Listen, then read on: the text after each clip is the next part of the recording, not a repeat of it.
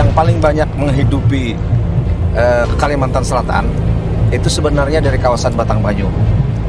Artinya pemasukan paling besar untuk memberikan nilai tambah bahkan kepada Indonesia, kemudian kepada Kalimantan Selatan itu adalah daerah Batangbanyu ini kan. Tapi sayang sumber daya alam belum menjadi berkah, tetapi menjadi kutukan.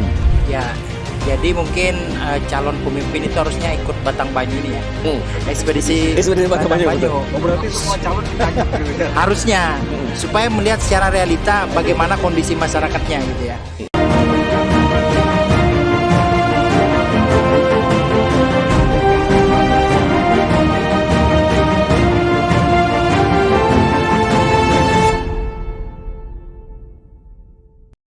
Assalamualaikum warahmatullahi wabarakatuh. Kali ini kembali kita berjumpa dalam ngobrol pinggiran akhir pekan, dialog yang diinisiasi oleh jejakrekam.com, media online di Kalimantan Selatan. Tapi kali ini menjadi berbeda.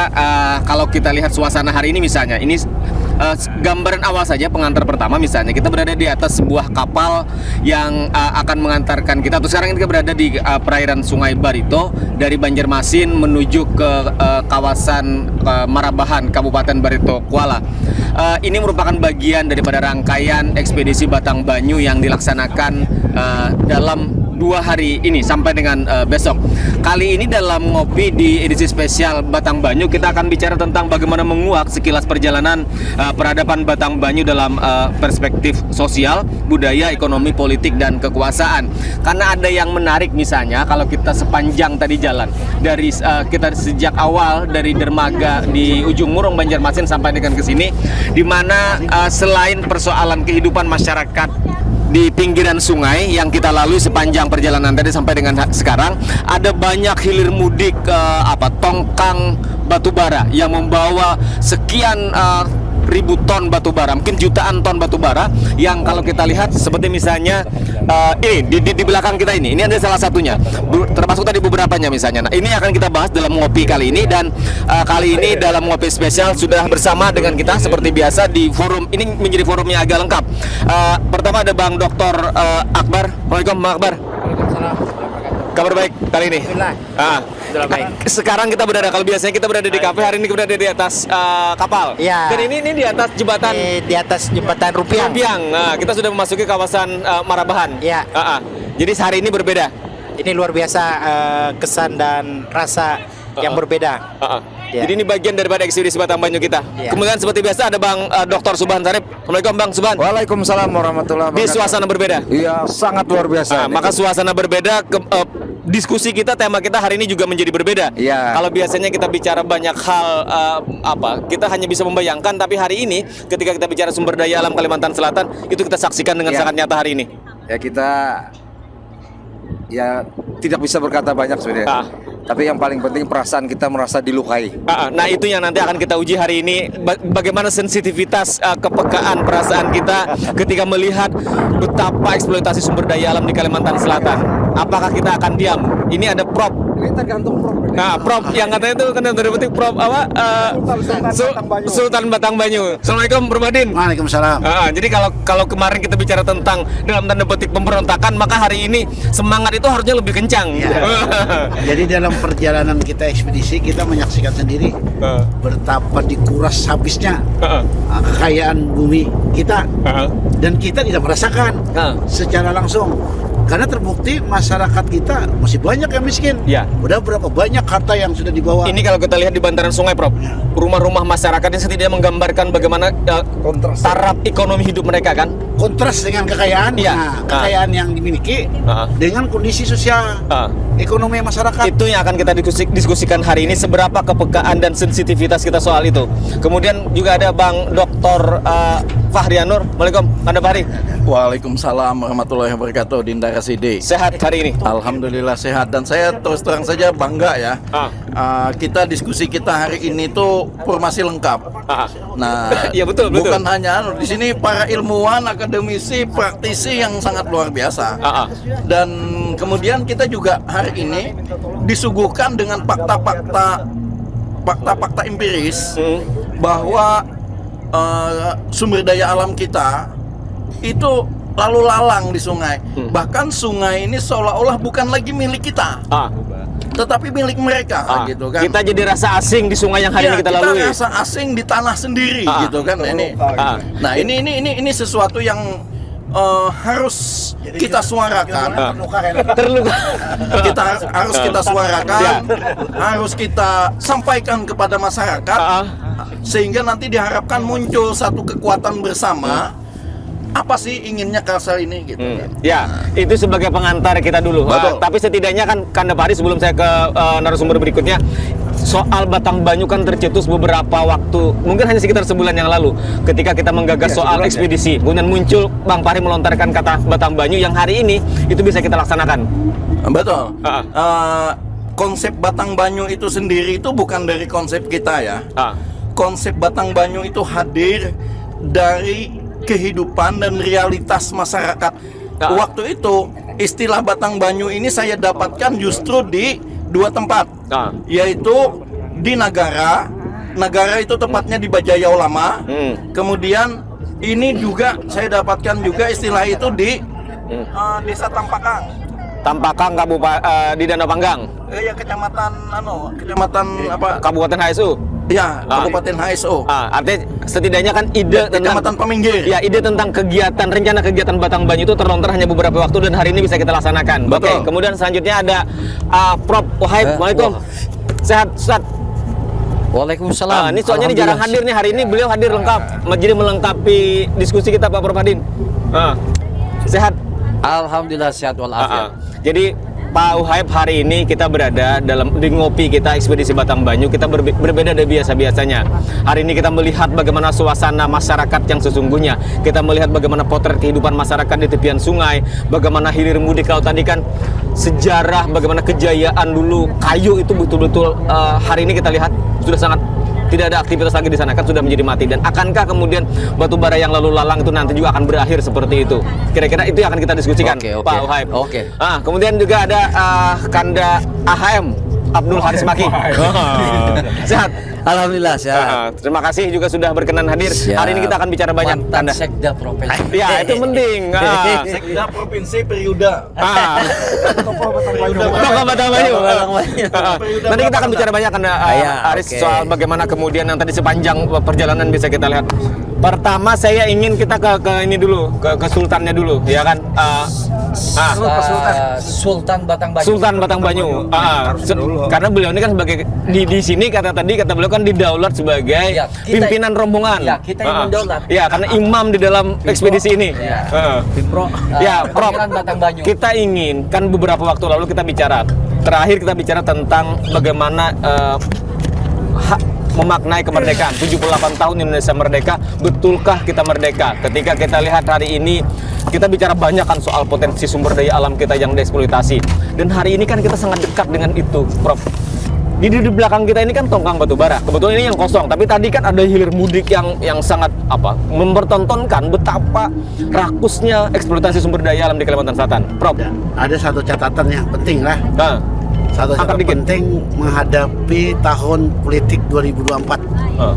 Kita menghendaki pemimpin Kalsel punya kepekaan, kepekaan yang tinggi terhadap kondisi masyarakatnya dengan memperhatikan kekayaan sumber daya alam.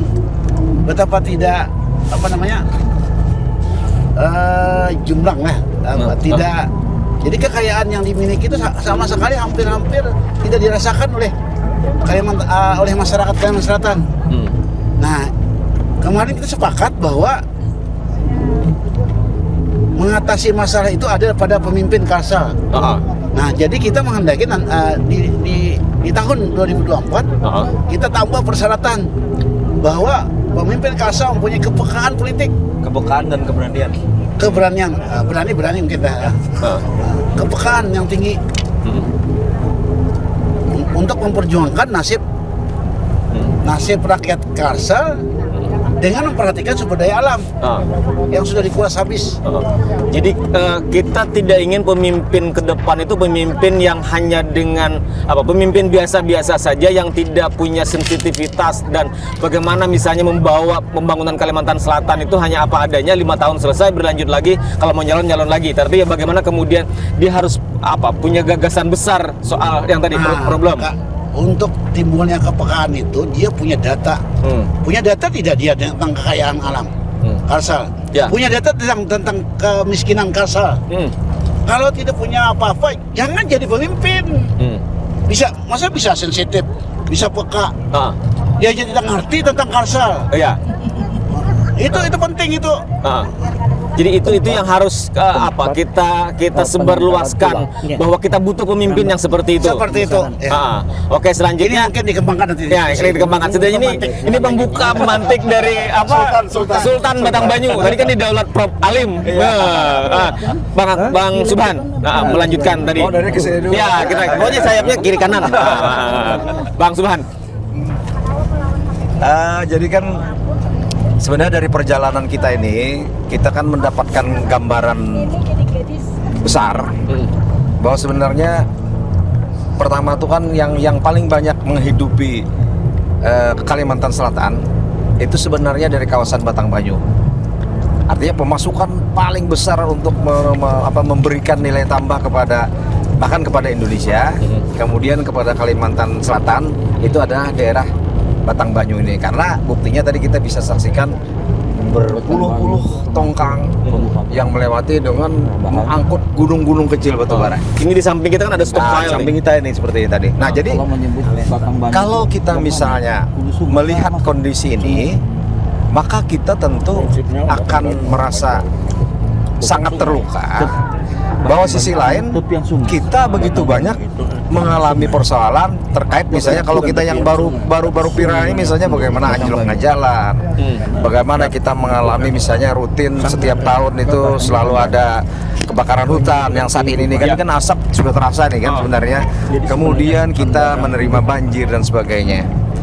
Nah, jadi dengan ekspedisi Batang Banyu ini, maka kita sebenarnya bisa mengetahui begitu banyak kekayaan yang diambil, tapi sisi lain yang dilalui oleh angkutan-angkutan yang mengangkut kekayaan sumber daya alam Kalimantan Selatan tadi tidak memperhatikan apa yang ada di sekelilingnya. Bagaimana rumah-rumah yang di sekeliling ini, kemudian kawasan-kawasan yang hampir tidak pernah tersentuh oleh penataan atau mungkin optimalisasi atau mungkin diberdayakan lah. Jadi itu yang poin-poin pentingnya. Nah, lalu dengan dasar itulah sebenarnya kalau kita kaitkan dengan diskusi kita sebelumnya, faktor utama ini kan sebenarnya ada dikunci di kepemimpinan. Tadi yang disampaikan Pak Prof Sultan Hadin, Pak Sultan ya, yang dimana Sultan Batang Banyu. Jadi bahwa ini harus menjadi catatan penting kita pada saat kita misalnya ingin memformat Kalimantan Selatan ke depan. Jadi pertama kepemimpinan, tadi saya sepakat bahwa kepemimpinan itu harus memiliki kepedulian, tapi saya perlu menambahkan bahwa peduli tidak cukup kalau tidak dibarengi dengan keberanian, kalau tidak dibarengi dengan pemahaman mengenai visi dan misi Kalsel ke depan. Jadi kita butuh pemimpin ke depan itu dia harus tahu masalah, kondisinya seperti apa, kemudian dia punya keberanian dan dia punya gagasan. Berani tapi tidak punya gagasan kan juga jadi masalah. Nah, gagasan besarnya, nah kita sudah tataran gagasan besarnya sudah kita temukan. Gagasan besarnya itu adalah dia harus berani mengambil dalam kepentingan atau berberganding mengenai sistem tata kelola sumber daya alam yang ada di Kalimantan Selatan. Artinya ada perubahan mendasar terhadap baik itu regulasi, baik itu kebijakan, baik itu keberpihakan. Ini menjadi dorongan yang harus dilakukan oleh pemimpin ke depan. Artinya seperti ini Bang Rasidi. Kalau gubernur ini, kita ambil gubernur aja langsung ya. Kalau gubernur ke depan itu dia harus berani menyatakan kepada pemerintah pusat bahwa kondisi yang ada ini harus dirubah. Jadi dia harus berani menyatakan bahwa ada kebijakan baru, ada perubahan regulasi baru terhadap sistem tata kelola sumber daya alam yang ada di daerah kami. Pemasukan itu tidak seperti yang kemarin-kemarin. Ini harus bahasa sekarang yang populer radikal. Jadi kita memerlukan ke depan itu adalah gubernur yang radikal.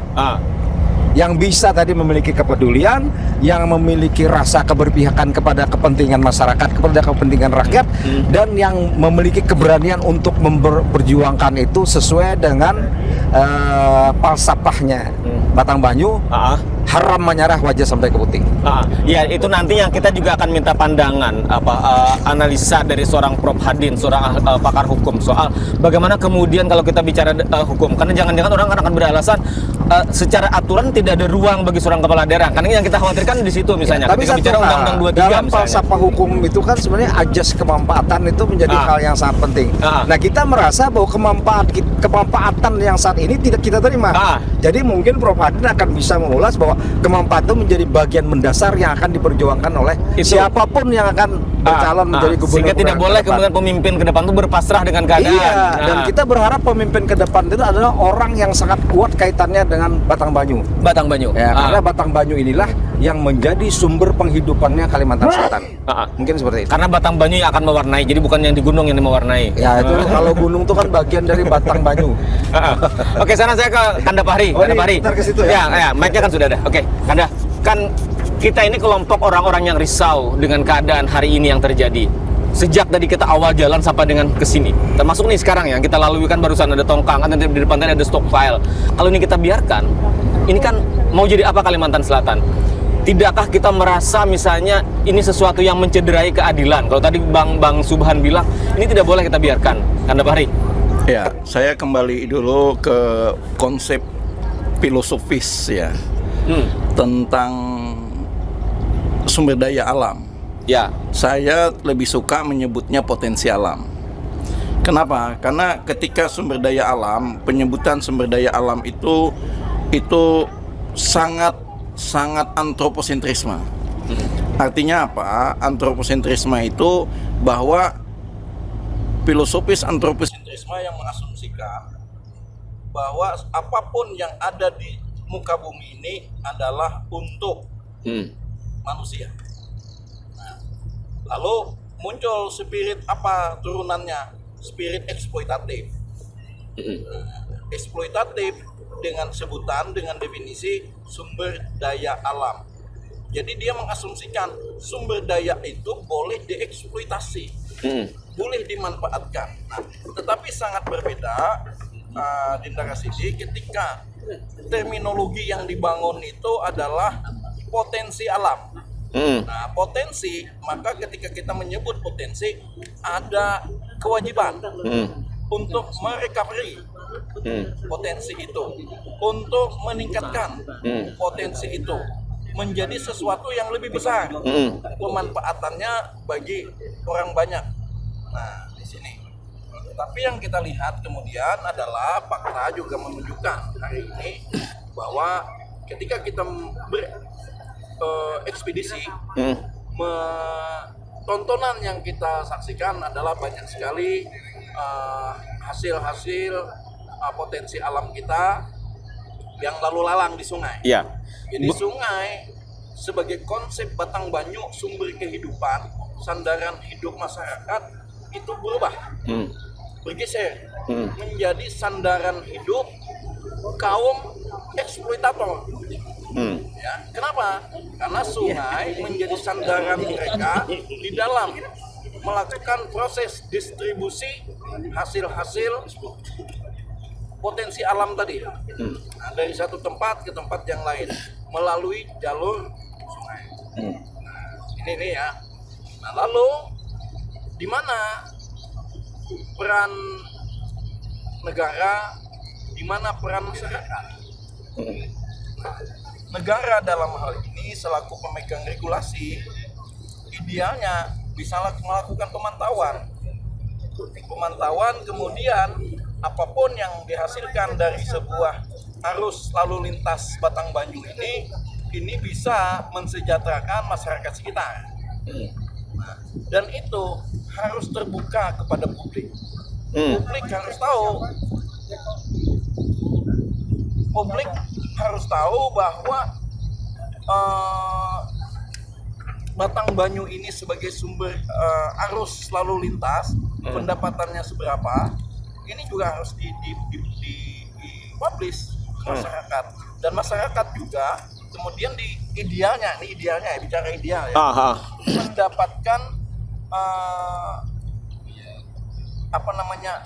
hasil dari itu berupa apa? Jaminan sosial mereka. Nah, artinya jaminan sosial itu bisa kita asumsikan sebagai bagian dari upaya untuk kesejahteraan rakyat. Hal ini kan sesuai amanat undang-undang bahwa negara punya kewajiban dalam mensejahterakan rakyat, keadilan sosial bagi seluruh rakyat. Nah, sumber daya alam, potensi alam itu bagian dari itu sebenarnya ya. Nah, jadi kalau relasi antara kekuasaan dan pelaku usaha ini sudah sedemikian terpola, lalu masyarakat di mana? Nah, masyarakat dalam hal ini harus memiliki kekuatan melalui mekanisme kontrol. Nah, mekanisme kontrol itu dijalankan oleh siapa? Ya aktor-aktor masyarakat yang sadar.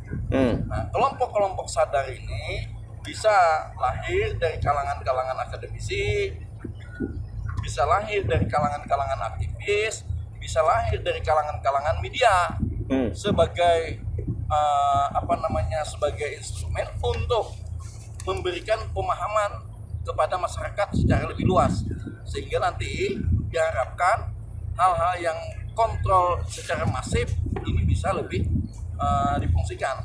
Selain itu juga kalau kita saksikan ya, tontonan kita, tayangan kita di sekitar apa yang kita amati, apa yang kita observasi sepinggiran Batang Banyu ini, maka kita juga ini menjadikan pembelajaran bahwa bagaimana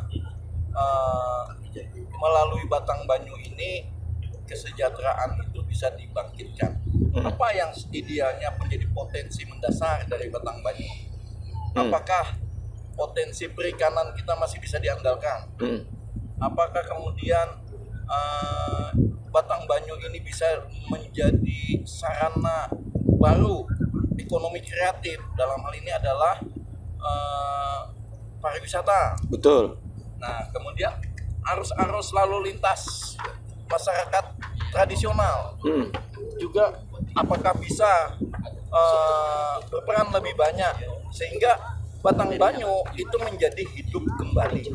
Spirit Batang Banyu secara filosofis tadi, di mana Batang Banyu itu kan sebagai sandaran hidup bagi masyarakat. Ketika Batang Banyu sudah ditinggalkan, tidak lagi menjadi sandaran hidup, maka Batang Banyu itu bisa menjadi sesuatu yang sebaliknya. Dia bisa menjadi ancaman. Ancamannya berupa apa? Kita akan kekurangan potensi Batang Banyu, yaitu berupa perikanan. Berapa sih sekarang tuh ikan-ikan yang ada yang bisa masyarakat dapatkan? Apakah sama dengan seperti dulu? Ketika dulu mudah sekali mencari ikan, memancing dengan mudah dapat gitu ya.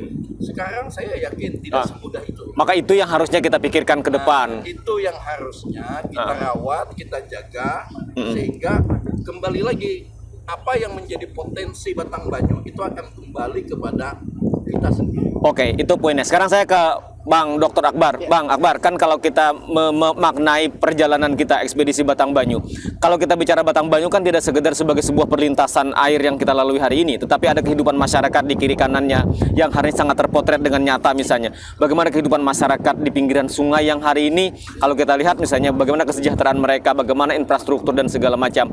Sementara pada sisi yang lain, ini belum satu hari kita melintasi Batang Banyu, ini kan betapa tadi kalau kata Bang Fahri kan menyebutnya potensi sumber daya alam yang luar biasa. Nah, kemudian dalam catatan beberapa waktu lalu kan Bang Akbar juga bicara soal kepemimpinan. Bagaimana memaknai kegiatan kita Batang ekspedisi ini? Ya, Jadi mungkin calon pemimpin itu harusnya ikut Batangbanyuh ini ya. Ekspedisi Batang Banyu, Oh, berarti semua calon kita ajak gitu ya. harusnya supaya melihat secara realita bagaimana kondisi masyarakatnya gitu ya. Jadi kalau kita melihat fakta hari ini sebenarnya tidak jauh berbeda dengan data yang ada. Kita ambil data di BPS lah, Kalimantan Selatan, bahwa hari ini Kabupaten Batola itu adalah salah satu kabupaten yang paling bawah posisinya di Kalimantan Selatan. Iya. Ini kan sesuatu yang menjadi hal yang harus diperhatikan pemerintah. Apalagi wilayah Barito Kuala ini kan sebagai jalur emasnya batubara nih. Akankah mereka hanya menjadi penonton saja ya? Betul. Nah itu data juga menunjukkan indeks pembangunan manusia di Barito Kuala juga yang paling rendah di Kalimantan Selatan, hanya 67 poin. Ini kan luar biasa, masih di bawah 70. Dan kabupaten kota lain juga masih ada yang di bawah 70 banyak gitu ya. Ini kan menjadi persoalan. Maka kemudian kalau kita melihat realita kita hari ini, di mana tadi dikatakan bahwa potensi daerah kita itu setiap harinya habis, habis di kruk, kemudian dibawa keluar melalui Batangbanyuh ini kan sangat memprihatinkan. Jadi sungguh wajar ketika masyarakat ataupun kita itu marah begitu ya. Ini adalah kondisi manusiawi. Karena memang kondisinya sangat memprihatinkan begitu. Jadi ini bagaimana kemudian harta kita itu dibawa dengan gampangnya, namun tidak satupun bagian yang terlihat dampaknya ke masyarakat begitu ya. Jadi kalau kita lihat kondisi permukiman di pinggir sungai ini, sangat bisa kita lihat secara kasat mata bangunan-bangunannya itu ya bangunan yang masih tidak layak. Kemudian kondisi bangunannya juga semakin hari semakin menua dan seolah-olah terlihat jelas bahwa penduduk masyarakat kita di Batangbanyuh ini sangat kesulitan gitu untuk memperbaiki kondisi bangunannya saja sudah kelihatan. Nah ini kan sesuatu yang seharusnya kita prihatin lah kondisi ini. Jadi kalau orang menganggap ini biasa-biasa saja, tidak ada problem di sini, maka kita patut pertanyakan. Betul. Persoalannya kan banyak nih penyebabnya. Ya sama tadi bagaimana pemimpin kita tidak mengerti persoalan, kemudian tidak mengerti tentang tata kelola potensi daerah. Ini kan menjadi PR besar. Apalagi kita tahun depan pemilu gitu ya. Setidaknya pemimpin-pemimpin kita itu kemudian mulai betul-betul memiliki visi dan misi yang memiliki impact yang besar terhadap masyarakat kita. Pemimpin kita lahir kemudian memberikan solusi yang terbaik untuk daerah kita. Ini harapan kita. Sehingga jangan sampai kita menunggu potensi daerah kita habis, lalu kemudian baru kita merasa terbangun semua. Jadi jangan menunggu sadar ketika habis. Jangan sampai itu terjadi. Maka kemudian kalau kita melihat dari sejarahnya sendiri tadi bahwa Batangbanyuh ini adalah poros ekonominya Kalimantan Selatan. Dari ratusan tahun yang lalu bahkan sejak zaman kerajaan Daha, kemudian kerajaan Banjar, ini adalah urat nadi utama. Nah, cuma saat ini ada yang berbeda antara kondisi bahari dan kondisi sekarang. Di mana kondisi sekarang tetap menjadi urat nadi ekonomi, tapi hanya dinikmati oleh segelintir orang, bukan menjadi urat nadi ekonomi seluruh masyarakat Banua, seluruh masyarakat Kalimantan Selatan. Nah, ini kan ada yang salah gitu ya, tentang tata kelola potensi daerah. Maka setidaknya apa yang terjadi hari ini itu memang harus dicarikan solusinya. Bagaimana kemudian masyarakat itu mendapatkan dampak? Karena tidak ada dampak kalau data ekonomi kemiskinan saja di Batola masih tinggi. Kemudian indeks pembangunan manusia di Batola juga rendah, sangat rendah dan paling bawah di Kalimantan Selatan, ya kan? Nah, padahal setiap hari penduduknya itu melihat hilir mudik.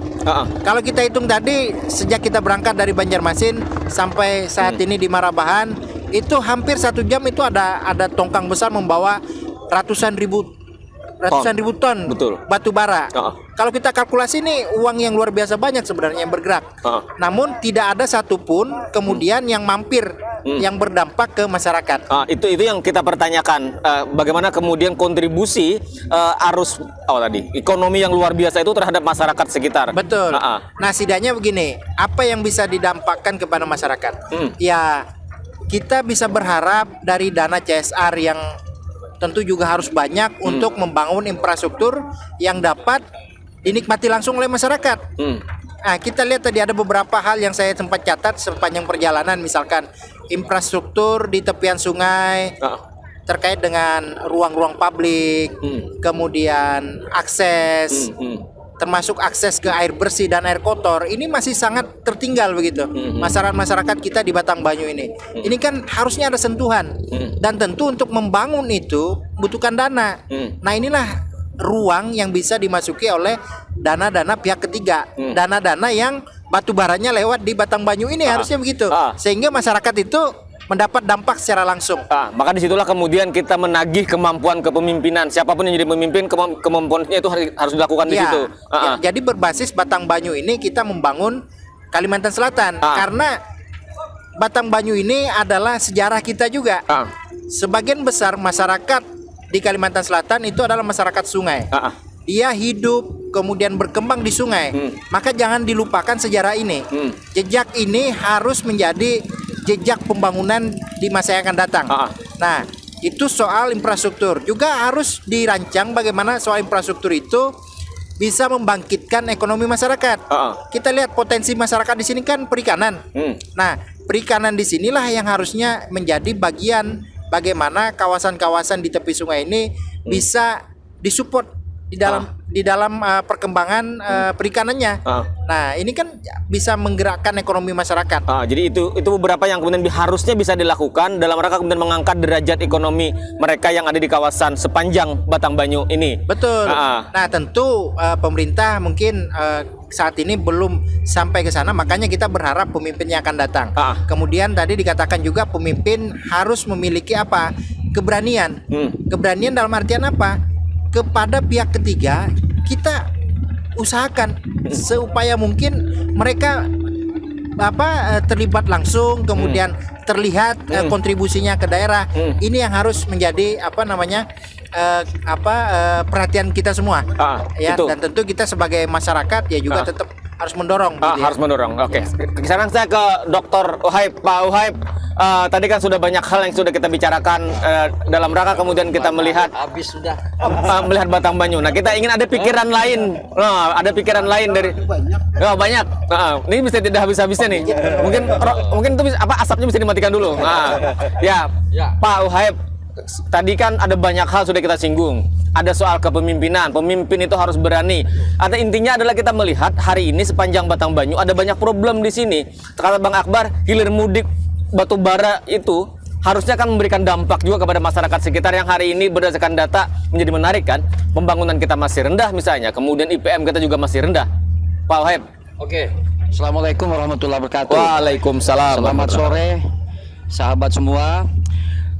Kami sedang berada di atas kapal, sedang melintasi Sungai Barito.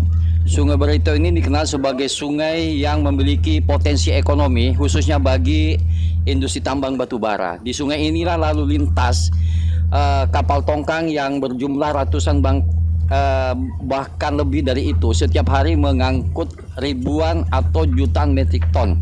Yang ingin saya sampaikan bahwa betapa potensi Sungai Barito ini menjadi pelintasan kapal-kapal mengangkut batu bara, dan tentu saja kalau kita berpikir waras maka potensi sumber daya alam batu bara ini bisa memberikan impact dampak secara sosial dan ekonomi. Tapi yang terjadi adalah justru tambang batu bara yang ada di Kalimantan Selatan ini yang sudah dieksploitasi selama puluhan tahun belum memberikan impact berkah bagi masyarakat Kalimantan Selatan, khususnya bagi masyarakat yang ada di pinggiran sungai yang dilalui oleh tongkang-tongkang yang berjumlah ratusan setiap hari. Kita bisa membayangkan betapa sumber daya alam yang kaya ini, kalau pengelolaan atau regulasi atau kebijakan dari negara bisa memiliki connecting link, relevansi dengan sumber daya manusia yang ada di Kalsel ini. Tapi sayang, sumber daya alam belum menjadi berkah, tetapi menjadi kutukan. Yang menjadi berkah khususnya bagi para pemilik tambang batubara, para oligarki batubara ini. Saya ingin menegaskan secara teori dan secara literatur belum ada studi yang menjelaskan sumber daya alam yang kaya itu memberikan dampak secara sosial dan ekonomi. Kita bisa melihat negara-negara yang kaya sumber daya alam, misalnya Venezuela, Belanda, kemudian beberapa negara yang ada di Afrika. Justru negara yang kaya sumber daya alam itu sistem kepemimpinannya, penguasanya cenderung koruptif, bahkan mengalami lack of demokrasi, yaitu kekacauan demokrasi. Mengapa terjadi demikian? Karena di situ para elit-elit politik dan kelompok bisnis itu berkolaborasi melakukan satu akumulasi sumber daya alam yang didukung oleh aparat militer. Ini juga terjadi di Indonesia. Ini secara teori. Kita bisa lihat bagaimana tulisan Profesor Jeffrey Sachs, Escaping Natural Resource, kutukan sumber daya alam. Tidak ada satu negara yang bisa membuktikan bahwa negara yang kaya itu bisa mensejahterakan rakyatnya. Barangkali kita perlu belajar dari negara di Asia Timur, katakanlah Jepang, Korea Selatan, dan Korea, Taiwan. Itu tidak memiliki sumber daya alam, tetapi yang dibangun adalah untuk mencapai kompetisi global dalam era globalisasi. Yang bangun adalah human development resources, human capital, sumber daya manusianya. Kita Indonesia masih memanjakan diri dengan sumber daya alam yang kaya. Akibatnya adalah sumber daya alam yang kaya ini dijual mentah habis-habisan, khususnya kepada investor-investor asing dan oligarki ekonomi global datang mengeruk dan merampok sumber daya alam kita di Indonesia ini. Ini menjadi problem. Nah, sumber daya alam kita bahkan sudah menjadi arena persekongkolan politik, bukan saja menjadi aktivitas bisnis dan ekonomi. Ini juga yang terjadi di Kalimantan Selatan.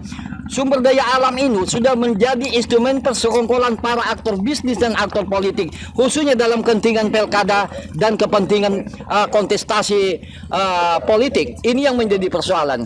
Oleh karena itu, teman-teman sekalian, saya sangat senang dan bangga pada hari ini, pada kesempatan ini, hadir sejumlah pakar yang berbagai macam disiplin ilmu untuk melampiaskan kerinduan kegelisahan intelektual. Dan kita di sini adalah mewakili kesakit-hatian warga Kalimantan Selatan, mewakili kegalauan masyarakat Kalimantan Selatan yang kaya sumber daya alam tetapi tidak mensejahterakan. Kita lihat bagaimana IPN di Kalimantan Selatan, Human Development Index, kita masih ranking 25 di tengah sumber daya alam yang kaya. Ini sebuah kejahatan di dalam pengelolaan sumber daya alam. Karena negara itu membuat regulasi dan kebijakan tidak mewakili, tidak merepresentasikan kepentingan publik, tapi lebih berbau kepentingan para oligarki tambang batubara. Ini yang perlu kita selesaikan persoalan ini. Oleh karena itu, tadi teman-teman menyinggung pemimpin yang akan datang, gubernur yang akan datang, bukan orang-orang yang berbau tambang, bukan orang-orang yang memiliki relasi kuasa dengan para pebisnis tambang. Kalau Kalsel ini ingin maju, jangan sampai rakyat Kalimantan Selatan mendukung lagi orang-orang yang memiliki keterlibatan sumber daya alam. Dan ini yang penting, saya tegaskan kepada warga Kalimantan Selatan, mari kita tolak calon pemimpin kepala daerah di Kalimantan Selatan yang masih berbau-bau tambang batubara, masih didukung oleh para oligarki tambang batubara, masih didukung oleh local bossism, local strongman. Mari kita sadar, wahai Kalimantan Selatan, rakyat Kalimantan Selatan, janganlah kita mempersembahkan sumber daya alam kita ini kepada kubangan oligarki atau moncong oligarki. Karena kita terlalu kaya di Kalsel ini, tapi kita merana menderita di tengah sumber daya alam yang melimpah. Ini mari kita sama-sama, teman-teman, alhamdulillah para akademisi berkumpul di atas kapal ini mendiskusikan bagaimana sumber daya alam yang salah kelola seperti ini. Saya senang ada abang saya Bapak Haris Maki, mantan sekda, mantan sekretaris daerah Provinsi Kalimantan Selatan. Abang tolong memberikan insight perspektif kepada kami dan masyarakat Kalsel juga bisa membaca pikiran-pikiran kita ini. Kenapa Kalsel yang kaya ini tidak dimanage, dikelola secara baik, tetapi lebih banyak dinikmati para mafia tambang dan korupsi kebijakan sumber daya alam di Kalimantan Selatan. Pak Wahab, sebelum saya ke Bang Ahem, tadi kan menyinggung soal politik dan kepemimpinan. 2024 14 Februari ini kan akan ada pemilu legislatif dan pilpres. Daulat rakyat untuk menentukan pilihan akan ada di situ, Pak Prof. Kalau kemudian kita tidak punya kesadaran kolektif terhadap problem hari ini, orang menganggap tidak ada masalah, maka tidak akan ada perubahan ke depan. Nah, apa yang kemudian sekali lagi harus kita dorong? Bagaimana komunitas Batang Banyu ini juga kita ingin ada andil di situ, Pak Wahab. Ya. Salah satu persoalan mengapa perpolitikan nasional semakin carut marut dan jungkir balik yang tidak jelas arah jungturnya kemana. Ini kesalahan kita, yaitu kesalahan kita tingkat literasi politik kita masih rendah. Yang kedua, partai politik tidak pernah memberikan namanya civic education, pendidikan politik bagi kewarganegaraan. Justru partai politik ini sudah menjadi pedagang, menjadi kartel, menjadi company, menjadi kartel. Saya meminjam istilah Profesor Dan Slater. Dan Slater menjelaskan partai politik di Indonesia sudah menjadi kartel, menjadi perusahaan karena elit-elit partai ini lebih banyak menggunakan partai ini menjadi peternakan politik dinasti, peternakan kekuasaan. Jadi namanya itu political farming, peternakan politik kekuasaan. Politik transaksional, politik pemilih. Inilah keberengsekan partai politik yang ada di negeri ini. Salah satu yang merusak perpolitikan di Indonesia ini, saya mengatakan sumber the role of the problem adalah partai politik yang sudah bergeser fungsinya menjadi kartel, menjadi pedagang, menjadi pengusaha dan menjadi turunan dan bisa diwariskan kepada anak cucu. Lihat ada bagaimana fenomena perilaku perpolitikan di Indonesia ini lewat partai politik. Kita rusak semua ini. Itu yang harus kita rubah. Bagaimana sikap politik kita di 2024 nanti, bagaimana pilihan kedaulatan rakyat itu harus akan menentukan Kalsel kita ke depan dari segala yang kita diskusikan tadi. Sekarang saya ke Bang Ahem, silakan. Udah selesai kan? Sudah. Oke. Saya mau salah Baik. dulu. Assalamualaikum warahmatullahi wabarakatuh. Terima kasih kesempatannya. Sebenarnya ini sudah lengkap ini pembahasan kita tentang berbagai hal yang terkait dengan potensi sungai kita. Tapi saya ingin menyampaikan pikiran begini. Pertama, kita punya pengalaman dengan booming kayu. Beberapa tahun yang lalu kayu. Kemudian sempat rotan. Pertanyaannya, adakah peninggalan yang bersifat masif menimbulkan kesejahteraan bagi masyarakat Kalimantan Selatan? Ada enggak sampai sekarang? Itu pertanyaan pertama. Yang kedua, hari ini batu bara booming, sumber daya alam mineral batu bara itu booming, menjadi sumber devisa terbesar dan sumbangan terbesar Kalimantan Selatan bagi negara kita. Pertanyaan kedua, sampai sejauh mana potensi sumber daya mineral batu bara ini memberikan dampak ekonomi kesejahteraan bagi masyarakat Kalimantan Selatan? Tentu kita bisa lihat di sepanjang jalur sungai ini. Tentu kita bisa melihat juga secara kasat mata di berbagai pelosok Kalimantan Selatan. Kita lihat data bagaimana indeks pembangunan manusia, bagaimana tingkat kesejahteraan masyarakat Kalimantan Selatan tidak terlalu bagus. Nah, oleh karena itu tentu saatnya kita melakukan evaluasi terhadap kebijakan-kebijakan yang terkait dengan pengelolaan sumber daya alam mineral itu, batu bara itu. Apakah persoalan yang terkait dengan royaltinya? Apakah yang terkait dengan pengelolaannya di daerah? Misalnya pengusaha yang mempunyai modal atau kapital sekian-sekian ini harus melibatkan masyarakat untuk berusaha atau luasannya diberikan batasan. Itu barangkali ini pikiran saya. Terus yang kedua, yang selanjutnya, kita ini di Kalimantan Selatan itu adalah daerah agraris, daerah pertanian, dan juga ada perkebunan yang terkenal karet waktu itu, waktu dulu. Kenapa itu yang tidak dikelola dengan baik, melibatkan potensi masyarakat, tapi justru kebun-kebun karet ini menjadi areal tambang batu bara. Pertanian kemungkinan juga akan seperti itu. Padahal kita ini makan dari beras, nasi itu dari beras. Tapi kalau lahannya semakin berkurang, semakin terhimpit, maka tentu akan membuat kita menjadi mengimpor. Nah, apalagi kalau kita kaitkan dengan keberadaan IKN nanti. Selama tidak bisa mempertahankan luasan untuk pertanian dalam kapasitas Kalimantan dan Kalimantan Selatan khususnya, maka kita jangan berharap bisa memberi kontribusi peran sebagai lumbung pangan bagi ibu kota negara. Harusnya ini menjadi tangkapan kita bahwa ini potensi yang harus kita ambil, sehingga luasan pertanian, pengembangan teknologinya, kemudian pemberian keahlian kepada petani-petani, dan memotivasi para petani-petani muda, apakah itu lulusan fakultas pertanian dalam konteks petani yang modern tentunya, ini harus kita lakukan. Kemudian yang selanjutnya, sepanjang sungai yang kita lewati tadi, ini sebetulnya potensi untuk mengeruk devisa.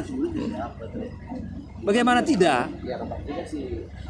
Sungai di Thailand atau sungai di daerah-daerah lain, saya masih meyakini lebih bagus, lebih baik sungai kita ini kalau kita kelola dengan baik. Betul. Nah, oleh karena itu makanya bagaimana mensinkronisasi, bagaimana mengintegrasikan, mengelola potensi sungai ini menjadi potensi wisata. Misalnya ada kolaborasi antara kabupaten yang dilewati sungai ini. Kota Banjarmasin, Batola, nanti HSS, nanti kemana lagi sambungannya. Jadi kan itu jalur sungai yang merupakan potensi wisata untuk menapaktilasi jalur perdagangan kah itu, jalur transportasi kah pada saat itu. Jangan seperti sekarang, ini hanya dilewati jalur untuk tonggang batu bara. Tetapi potensi lain yang melibatkan masyarakat itu tidak terlalu diperhatikan. Dulu kenapa sungai itu dikatakan adalah sebagai urat nadi kehidupan? Karena memang dia ini potensi ekonominya ada di sini, masyarakat terlibat. Sekarang mana? Pasar terapung di Morakwin juga sudah mati. Padahal itu potensi wisata. Akhirnya akan hilang. Akhirnya akan hilang. Nah, potensi-potensi seperti itu seharusnya yang dipikirkan. Jangan kita memikirkan, seorang pemimpin jangan hanya berpikir seperti kita ibarat itu menabuk tanahnya dijual, jadi udah tidak mau berpikir ada proses yang harus kita lakukan sehingga melibatkan banyak orang dalam proses itu. Nah, saya kira itu. Jadi itu kita harus bergeser berpikirnya. Berpikirnya menurut saya harus bergeser. Meskipun agak primitif, bukan primitif, meskipun agak konvensional, tetapi itu lebih memberikan harapan kepada masyarakat menurut saya. Saya kira itu. Oke, sekarang saya ke Pak Prof Yunani. Menyambung tadi bicara kan bagaimana tadi sepanjang jalan kita melihat Kang Yunani sumber daya alam kita yang diangkut, kemudian kehidupan masyarakat sungai kita yang kata kita lihat kan sangat kontras. Tadi menarik sampaikan Bang Akbar misalnya berdasarkan data statistik pembangunan kita juga yang di kawasan Bertokoala misalnya masih rendah, IPM kita yang juga tidak baik-baik saja. Ini kan sebuah catatan bagaimana kontrasnya kondisi Batang Banyu dalam tanda petik. Ya, memang seperti yang disampaikan oleh narasumber sebelumnya, betul sekali ya. Kalimantan Selatan ini adalah daerah yang dia nomor 2 ya, terbesar dalam menyumbang sumber daya alam dari batubara untuk ekspor. Karena berdasarkan yang kita lalui tadi, tongkang-tongkang itu kalau didata berdasarkan data lapangan ya, bukan data statistik. Itu dalam sebulan itu ada 1000 tongkang. Dan bisa kita hitung 1000 tongkang dikalikan 12 bulan, dikalikan dengan 10 1 triliun satu tongkang, itu ada sekitar 120 triliun per tahun. Yang merupakan yang keluar dari jalur sungai Barito. Iya. Nah, itu merupakan adalah basis sumber daya alam yang dikeruk dari hulu sungai Barito. Seperti yang tampak di belakang itu ya. Seperti yang di belakang kita ini, ya, yang apakah yang dari hulu sungai, apakah yang juga dari Barito ya, dari hulu sungai dari dari Leweh gitu kan, atau yang dari daerah hulu sungai. Nah, saya kira kalau kita Sebentar, Pak Prof. kiri kanan dari masyarakat kita, infrastruktur yang ada, saya sebut 1.200 triliun apa tadi? 120 triliun per tahun. Nah, ini kan sebenarnya angka yang cukup besar ya, yang keluar dari Sungai Barito ini, dan ini kita melihat bagaimana berdasarkan APBD kita ya, APBD kita hanya sekitar 6 sampai 7 triliun untuk Kalimantan Selatan ini. Jadi sangat kecil sekali yang masuk kembali ke tempat kita. Hanya saja ini memang secara pembangunan itu adalah kontribusi kita secara nasional, tapi kita harus mengharapkan keadilan ya. Keadilan bahwasanya di daerah penghasil itu harus diperhatikan.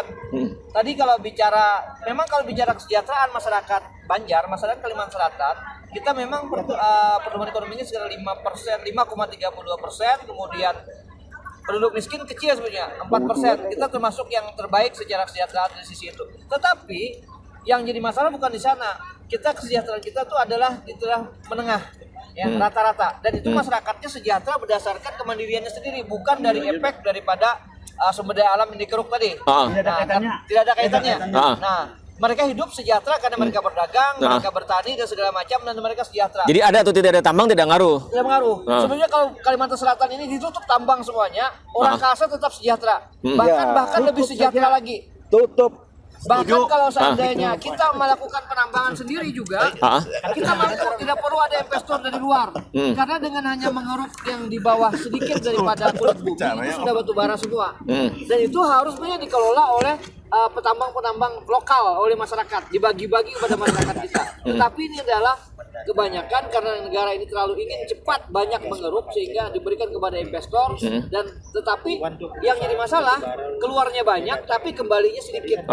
Nah, ini yang jadi persoalan berikutnya adalah saya bukan mencemburui dari segi kesejahteraan, tapi mencemburui dari segi infrastruktur. Karena kerusakan jalan kita tidak pernah diperbaiki dengan baik. Ada beberapa jalan yang masih tidak sempurna, bahkan ada yang putus, jembatan yang kurang baik. 171 yang sampai sekarang belum selesai. Ada sumber daripada ekspor sawit kita juga dari sana, ekspor batu bara juga dari sana. Kenapa jalan yang sependek itu tidak bisa selesai? Dan kita bisa lihat bagaimana kita membangun di Kalimantan Selatan ini, membangun jembatan, membangun jalan itu bertahun-tahun tidak selesai. Padahal uangnya ada gitu. Kenapa kita diberikan jembatan misalnya Pulau Laut tidak pernah selesai? Hanya uang sekitar 2,3 triliun saja. Tetapi tidak terbangun. Padahal kita menyumbang tadi untuk ekspor itu mencapai ratusan triliun per tahun. Saya kira ini ada sesuatu yang tidak benar di sini. Ini bukan apa-apa, ini adalah mismanagement dari pengelolaan pembangunan kita dalam tambang segala macam. Dan kemudian juga selain infrastruktur adalah dari sisi bagaimana dari kesejahteraan, dari sisi kesehatan dan pendidikan.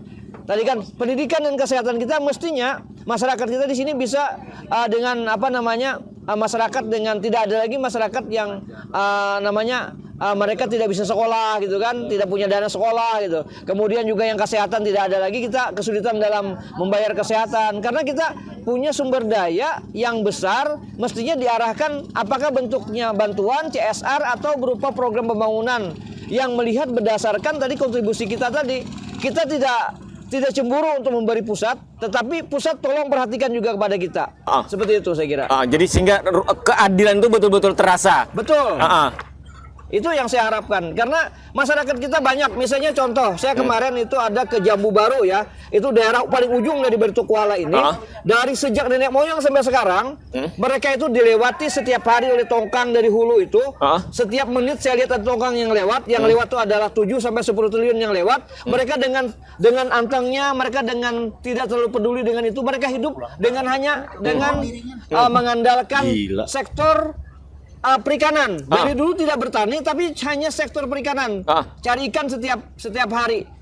mereka tentu bisa bertahan hidup, tetapi yang jadi masalah infrastruktur di sana. Jalannya itu tidak beraspal, jalannya baru berbatu-batu, kemudian berdebu segala macam, jembatannya. Kemudian di sana itu pun sebagian adalah mereka rumah-rumah, jalan lingkungan mereka itu banyak yang rusak segala macam. Saya kira ini persoalannya adalah kita tidak memperhatikan infrastruktur yang dibangun di daerah kita. Jadi dalam situasi itu pertanyaannya adalah adilkah kalau kemudian itu dibiarkan? Ini kan yang menjadi pertanyaan besar. Oke, sekarang saya ke Pak Prof Hadin. Kan sebagai penutup nih. Tadi kan kita bicara banyak. Nah, sekarang sebelum ke bagian akhir, saya ingin tadi bicara tentang tadi sampaikan Bang Subhan kan bicara tentang regulasi sesungguhnya. Ada ruang tidak sih misalnya kepala daerah itu dengan segala ikhtiarnya yang punya tadi gagasan kira-kira sumber daya alam yang ada ini harus berbanding lurus dengan kesejahteraan, harus ada ruang yang adil. Apakah memang bisa seperti itu atau orang kan sering beralasan regulasi Undang-Undang 23 itu tidak memungkinkan, Prof? Jadi kalau kita lihat sejarah sejarah hubungan pusat daerah, ya, kalau daerah itu pasrah, ya seperti ini yang terjadi. Jadi daerah ini harus mempunyai apa namanya, harus bersikap ya, bersikap tegas, dan kalau perlu memberontak. Dalam tanda petik. Anda petik memberontak. Karena kalau ketidakadilan, atas ketidakadilan, adilan tentang kekayaan antara tidak berbanding lurus antara kekayaan dengan kesejahteraan rakyatnya. Bahkan justru sangat ironis, ironis sekali bahwa di tengah sumber daya alam yang melimpah hidup kemiskinan. Nah, itu tidak pernah didengar oleh pusat. Sudah didengungkan contoh kilometer 171 ya. Nah, itu ironis sekali. Nah, selama kita pasrah, ini lihat sejarah lah. Kalau ada daerah-daerah yang sedikit nakal gitu kan, bukan berontak nakal lah. Lalu timbul perhatian. Jadi modelnya gaya nakal dulu. Ya, nakal dulu. Jadi kalau hanya dengan gaya manis menerima tidak bakalan. Apalagi cuma berdebat argumentasi. Ini fakta sejarah lah. Kenapa jadi diperlakukan khusus Aceh, Papua? Karena mulai nakal. Jadi kita harus nakal. Selama kita tidak nakal, tidak mau peduli pusat. Nah itu pikiran saya melihat fakta sejarah. Ya, Prof, kan orang baru akan bereaksi dalam tanda petik nakal, sedikit genit tadi kan ketika menganggap ada persoalan. Yang kita khawatirkan pemimpin tidak pernah menganggap ini persoalan, kan itu yang kita cemaskan. Itu pemimpin jangan dipilih. Ini saya sampai makanya sebenarnya sih Bang Subhan di samping ini kan ini batu bara nih. Makanya kan sebenarnya kita ini kan sederhana dah. Sekarang kan kita yang ada di sini kan sebenarnya sudah melihat kondisi faktual yang kita lihat ini kan tidak bisa dipungkiri lagi nih kan, bahwa sebenarnya kita tuh sudah diberlakukan dengan tidak adil. Bukti tidak adil itu adalah dengan yang lalu lalang ini, tapi sisi lain lihat di sekitarnya. Pembangunan hanya sebatas ini nih. Padahal berapa triliun, mungkin ribuan triliun yang sudah terangkut. Sudah itu kan pendapatan pemasukan dalam setiap setahun harusnya 120 triliun. Tapi itu kan setahun. Lah kalau misalnya 10 tahun, 20 tahun yang lalu, mungkin kan lebih besar lagi. Tapi sebenarnya kata kuncinya nih, kalau tadi Prof Hadin menyampaikan persoalan kita kembali ke persoalan kepemimpinan, maka pemimpin ke depan itulah yang memang harus berani menyuarakan itu tadi. Jadi kan kita sebenarnya tidak hanya bicara pemimpin dalam tataran yang mereka sanggup berpikir hanya dalam yang biasa-biasa saja, tapi mereka sudah harus mampu melihat kenyataan yang terjadi ini, bahwa kita ini sebenarnya sudah mendapatkan ketidakadilan yang sudah cukup lama. Nah, kalau ini misalnya kita pertahankan, maka yang terjadi ke depan itu adalah kita akan mengalami sebuah kondisi sudah sumber daya manusia kita tidak termasuk yang terlalu menjanjikan, ya Pak Kabar ya. Nah, ke sisi lain yang menjadi aset kita yang tidak kan tadi potensi yang terkait dengan sumber daya alam kita sudah semakin habis. Lalu akhirnya kita dapat apa? Kerusakan. Apa semua pemimpin-pemimpin yang ada sekarang ini menginginkan seperti itu. Lalu dengan dasar itulah maka ini saatnya kita berubah. Ini saatnya Jadi, kita berubah. Makanya melalui ekspedisi Batang Banyu yang kita lakukan ini tadi, Betul. kita akan buka semata semua orang yang ada di Kalimantan Selatan termasuk Kalimantan bahwa ini saatnya kita bersama-sama membuat gerakan perubahan. Tidak bisa tidak. Kalau kita terlambat maka kita akan mengalami Kita akan lewatkan, menyesal. Kita akan mengalami era kayu udah selesai. era kayu yang tadi kita lihat ya. Pabrik kayu, beberapa pabrik kayu besar yang menghasilkan plywood dulu ternyata sekarang tutup. Tidak bisa menjadi hutan, menjadi bangunan tanaman, tua yang bangunan syarat tua. dengan semak-semak. Nah, jangan-jangan kita nanti melihat bahwa gunung-gunung yang di atas sana itu semuanya bukan ada bendanya gunung lagi, tapi berupa galian-galian Danau besar. Jangan sampai terjadi. Makanya Oke. mungkin kepada kita semua sebenarnya ini langkah awal bahwa kita harus mendorong perubahan dan kita harus berani untuk melakukan perlawanan atau katakanlah, kalau saya suka dengan bahasa Prof Hadi nih, sudah perlu pemimpin ke depan tuh yang berani bersikap sangat nakal, bahkan kalau perlu berani bersikap memberontak tanda kutip, memberontak terhadap ketidaknyamanan dan ketidakadilan ini, termasuk mengajak semua pihak yang ada di Kalimantan ini sama-sama melakukan perubahan terhadap regulasi yang tidak menguntungkan bagi kepentingan daerah. Oke, terakhir saya ingin ke Pak Prof Hadin sebelum kita nanti nyambung nanti malam kan dialog di sesi 2 soal ekspedisi Batang Banyu. Kita ingin ekspedisi Batang Banyu, komunitas Batang Banyu yang berisi dari orang-orang yang risau dengan keadaan hari ini yang kita melihat. Sebenarnya Bang Rasi, kita ini bukan risau loh. Catat nih, sampaikan ke semua, kita ini terluka. Ya, dengan situasi yang hari tidak adil.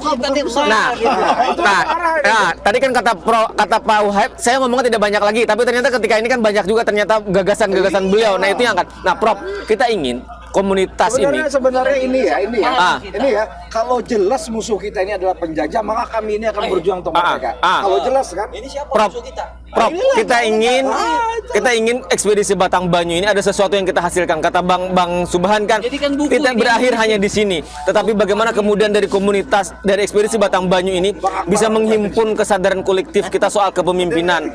Kita sambut 14 Februari 2024 dengan sebuah kesadaran bahwa kita ingin berubah, dan perubahan itu harus dimulai dengan daulat untuk memilih pemimpin yang tidak boleh, kalau kata bahasa Pak Uhaib tadi kan, dikuasai oleh para oligarki itu. Dan itu kan sekali lagi akan ditentukan seberapa kemudian kesadaran kolektif kita mulai dari komunitas Batang Banyu ini, Prof. Ya, jadi apa tadi istilahnya terluka, kemarahan, berontak itu muncul ketika kita menyaksikan sendiri keadaan.